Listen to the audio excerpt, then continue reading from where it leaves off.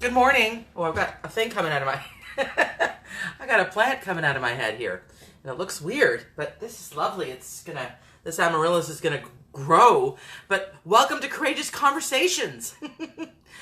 Oh my goodness, I'm late to the table again today. Sorry about that. But I just want to have everyone come and join me because we got a juicy topic on our table here.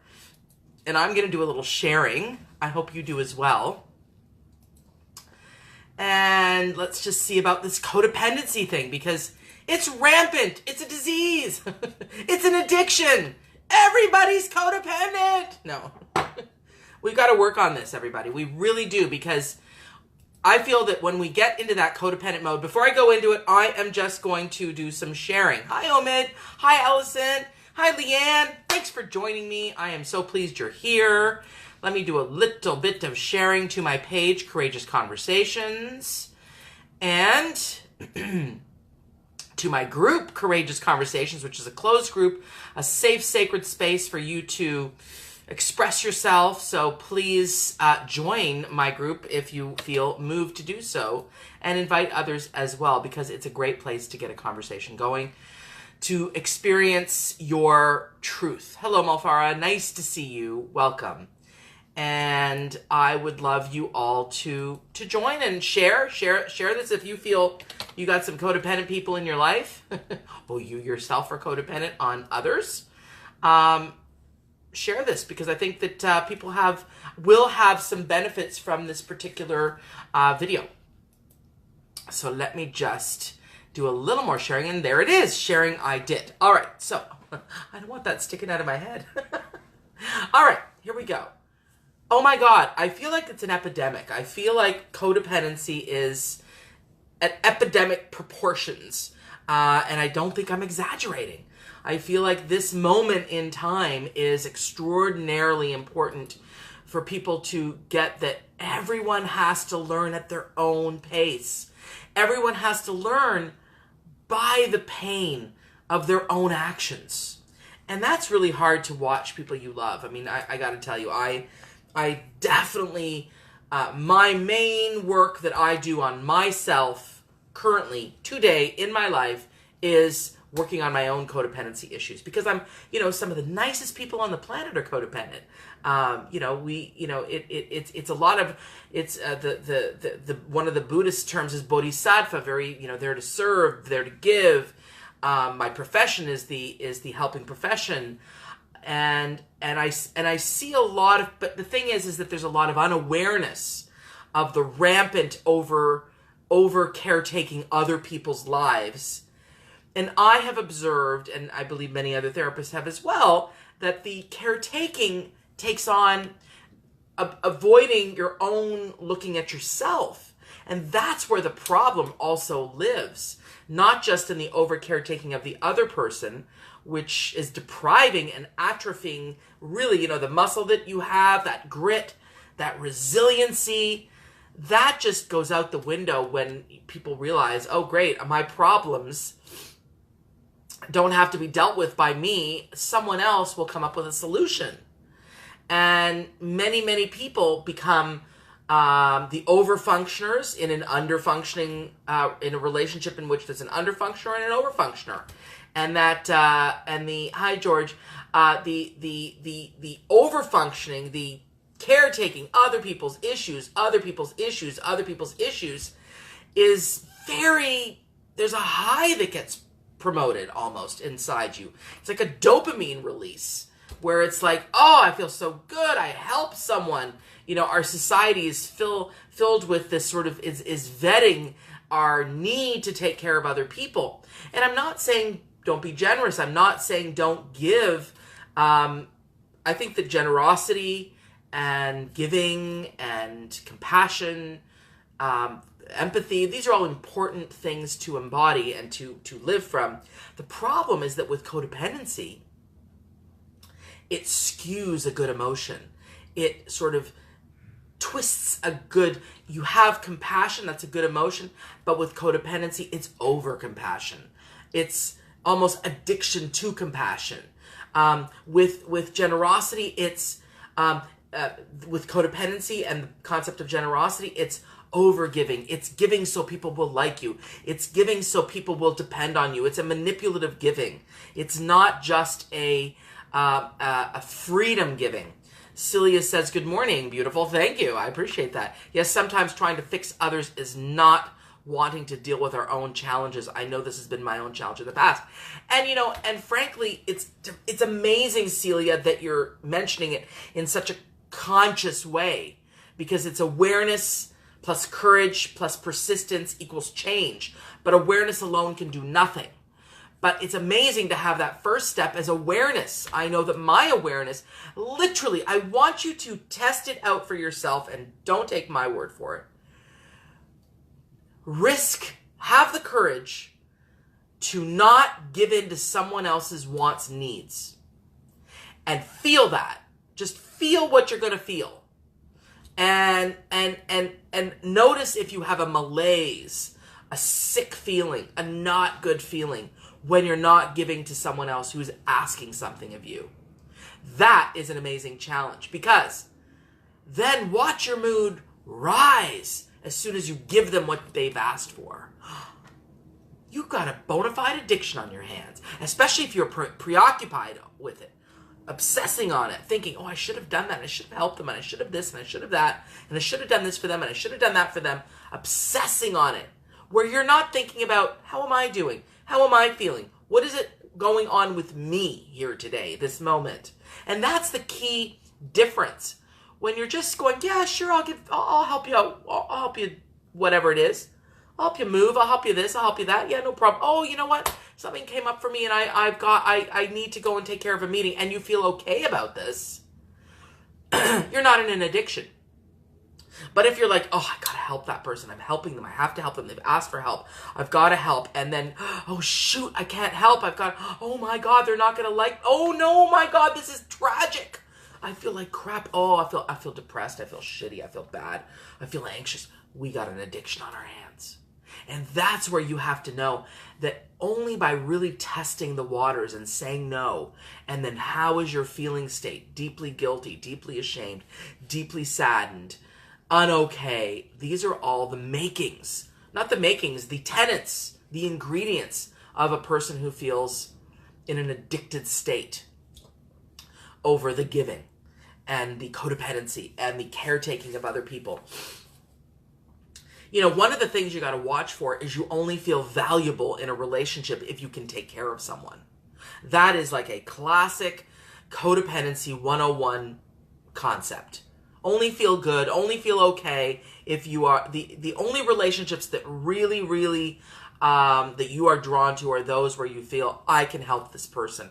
This person is, could really use my help. And then I'm going to tell you this is the courageous piece. If you have only those relationships, you know what? You're looking to control. You're looking to have the upper hand. You're looking to be in charge of the situation.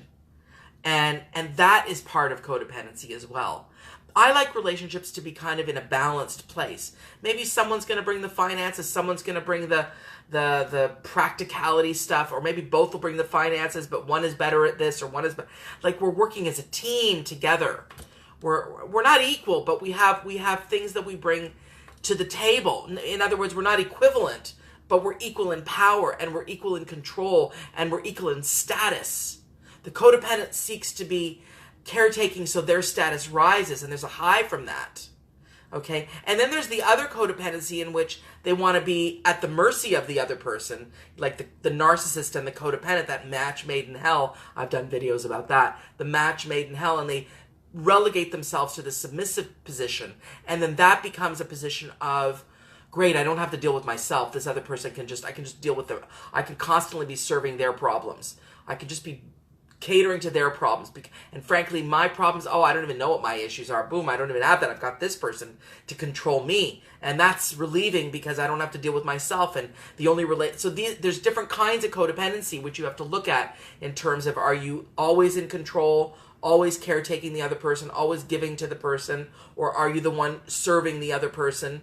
And both, I believe, are if you're there and you're conscious of it, at least you're conscious of it. But if you're unconscious of it and you get this sort of high feeling from helping the other person, or you get a depressed feeling because you've been unable to help the other person, guilt feeling, depressed feeling, anxious feeling, you know you have addiction issues. And codependency is a bona fide addiction. You're not addicted to a substance, but you're addicted to the dopamine and to the high feeling that you get from caretaking the other, or from controlling the other, or from submitting to the other, and then or submitting to the other. And then you have to see it as not addiction to a substance, but addiction to a person, overly preoccupied with that person, overly thinking about that human being, that experience. And you've got to go about the business of coping with an addiction. And many people who are recovering addicts will replace their addiction with codependency. It will not be sugar, it will not be a substance, it will not be alcohol, it will not be another drug, but it'll be addiction to the relationship, to the other piece of codependency is being addicted to the ups and downs of a relationship, constantly fighting and then making up, and then fighting and then making up. You know, the dynamic of that becomes very addicting, very compelling, and also very distracting from really coping with the true deal, which is, I got to work on me. You know, work on you, work on your own issues. Oh no, that's far too indulgent. That's far too narcissistic, says the codependent. No, it's not narcissistic to take care of yourself, to cope with yourself, to no longer be overly enmeshed in other people's problems, issues. Yeah, I forgot to say hi to Omid. Sorry, hi Omid, nice to see you. So the truth of the matter is that your journey, if you feel you're codependent, and many people are and are embarrassed to admit it, or don't know that they're codependent. That's the other thing. They have no idea that they're codependent. The journey needs to be very, very much the journey of feeling uncomfortable when you say no and still sticking to your no. Feeling desperate when you stop solving the other person's problems and allowing that desperation to transform without giving into it. Get some support through a therapist, Codependence Anonymous, do those types of things. Leanne says, I'm happy to have done so much work on myself, good stuff, over the years, and I'm not vigilant. And if I'm not vigilant, let me put the glasses on, and if I'm not vigilant, I can jump in to rescue without being asked to help. Exactly. And when I feel like giving someone a gift, I have to ask myself what my motivation is. Yes, what's your motivation is one big question to always ask when you're giving to someone. Is your motivation to feel aggrandized? What is a valid motivation to give? One reason, because I want to, not because the other person is, lacking, and I'm going to give, and I'm going to, and then get frustrated because they don't take my advice or whatever it may be. These are really important tenets of codependency. And remember that codependency has various aspects: lack of self-esteem, and then the need for control, and then the need to be overly helping and giving, and then your mood. One of the classic definitions of codependency is your mood rises and falls based on what the other person says to you, or thinking of you, or being with you, and your being rises and falls on that roller coaster ride. So really work on being very, very, very aware of what your motivations are and what your actions are, and test yourself by not doing it. And can you sustain the discomfort of not doing it? That is the journey, to me, that's very valuable. And get some support. Get some 12-step support. You can't do this alone. Get a therapist. You can't do it alone. It's not something that I feel, it's an addiction. Therefore, people need help around that. It's not something that has to happen on your own. In fact, it rarely works when you do it on your own. Read some Melody Beattie work, Codependence No More, or Codependent No More, or the 12-step to getting over codependency. Melody Beattie is excellent, and there's some other people out there writing as well. But man, it's an addiction. It is an addiction. Codependency is an addiction. Stop getting high off of helping people. Stop it. Question yourself. Pause. Ask yourself, what's this all about? What's my motivation? Stop just doing it and feeling the high and negating self-care. All right? All right. So work on that. I am going to, I think I'm going to do I'm going to look around. I'm going to be sharing this video and seeing people who are doing lots of engaging with me. And we're going to have a giveaway for my audiobook sometime. I was going to do it today, but I think I'm going to do it tomorrow. And I'm going to do it based on some of the people that have been wonderfully commenting and engaging. And I really, really appreciate that. And what I really, really want you to think about is codependency or caretaking or fixing other people's lives as an addiction and really treating it as such. Hi, Raisa. You've come in at the last moment. I'm about to sign off, but I'm wishing you all a courageous day. Keep having courageous conversations with yourself. Keep having courageous conversations with others. And join my group, Courageous Conversations, because I think you'll get a real sense of support there. If you are codependent, we talk about it there. We'll help you out. All right. Have a blessed, beautiful, spectacular day. Adios. Bye for now.